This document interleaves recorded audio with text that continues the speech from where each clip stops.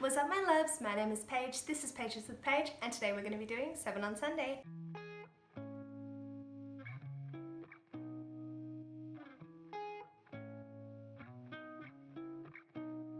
So before we dive into the video, tonight will be the closing of my giveaway, so don't forget to check out and comment on my 7 on Sundays audiobook recommendations for your chance to enter in the giveaway of $50 through either Book Depository or your Amazon wishlist. And yeah, I'm really excited, so don't forget to check out that video. Also check out my Twitter if you want to enter in the second giveaway. That will also be closing tonight. And yeah, then also last thing, don't forget to use my influencer code PAGE10 at the Bookish Bingo, run by Alyssa, to be able to get 10% off your order on candles, bookmarks, book sleeves, all amazing sort of things. And yeah, so this week's topic is creepy books, and so I thought I'd go a little bit more darker than what we're used to, and I've got a list of 7 books that creep me the fuck out. The first one on my list is Misery by Stephen King. So this isn't necessarily like creep, it's more the psychological suspense things that had me creeped out that people could be like this. I think Stephen King himself creeps me out just a little bit, knowing that his mind can come up with all these different sort of scenarios and situations and how to torture people, and like It and all that, they creep me out just thinking about them. But this one I actually have read and was uncomfortable reading, just it creeps me out just a bit. The next is an audiobook that I listened to, and that was Her Body and Other Parties by Carmen Marina Machado. The descriptions in this and listening to the audiobook definitely added a creep factor to it. There's one particular one with the tie around her neck and just, yeah, definitely creeped me out. I would definitely recommend listening to it if you want to be really creeped out. The next is The Ocean at the End of the Lane by Neil Gaiman.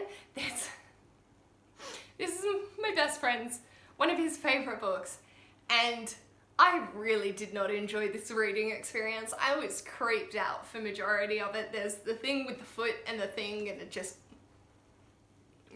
no thank you. Can we tell I'm really uncomfortable right now just reliving my experiences reading these things? But yeah, it just, the creep factor is real. My soul. Why do I put myself through these things? But yeah, mostly I don't think people would find this overly creepy. It was just the state that I was in. I definitely got creeped out by this. The next is The Butterfly Garden by Dot Hutchinson. This creeped me out because of its ability to be real. So the premise of itself is that this man was abducting girls between the ages of 16 and 21, I believe, and he would tattoo butterfly wings on their back.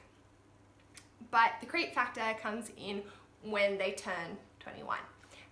It was definitely a harrowing experience to read. I don't think, logically, the reality of this situation is so slim because they needed to be like a millionaire and they had this whole garden, and it just, yeah, there are unrealistic aspects about it, but the fact that like he would do these things to girls and like would just creep around the garden having a chat with them, looking at them and his beautiful butterflies, just like, whew, yeah, gave me the heebie-jeebies. The next is one that I can't even like touch it, and that's Red Dragon by Thomas Harris. This really creeped me the fuck out. It's weird, and this is the start of the Hannibal Lecter series. I have yet to continue on because I know I'm not going to be in for an enjoyable experience, and I just want to put that off as long as humanly possible, because why would I want to put myself through that? This was enough.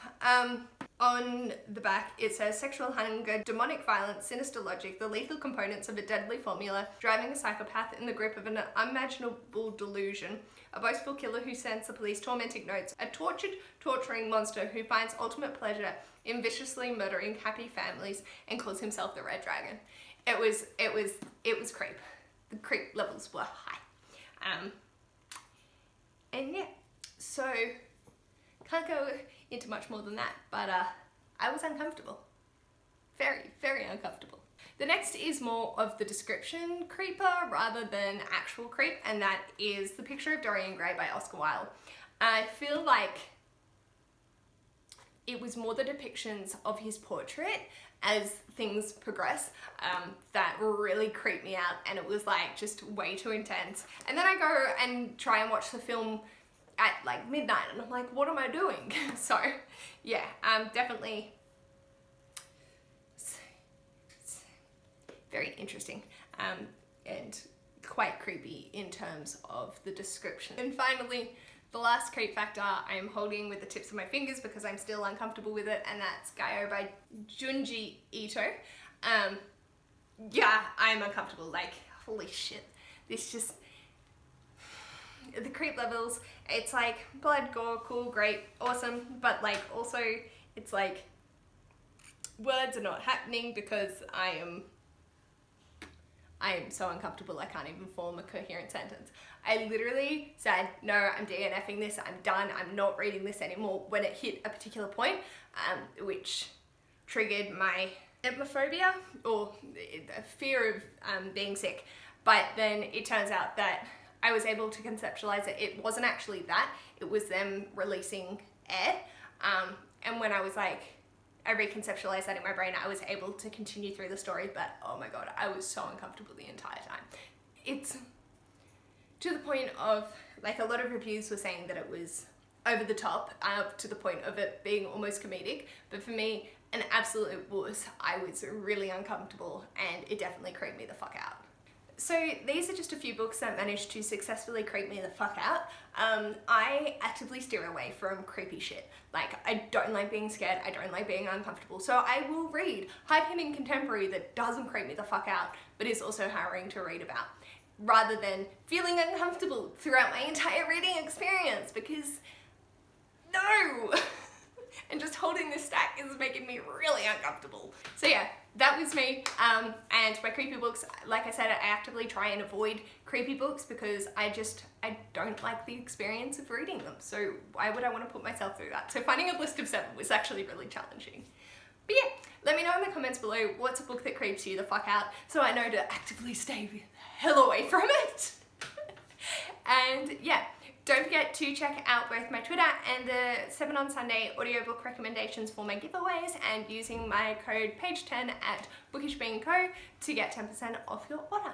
And if you like this video, feel free to give it a thumbs up, and if you'd like to see more of this mess, feel free to subscribe, and I'll hopefully see you in my next video. Bye!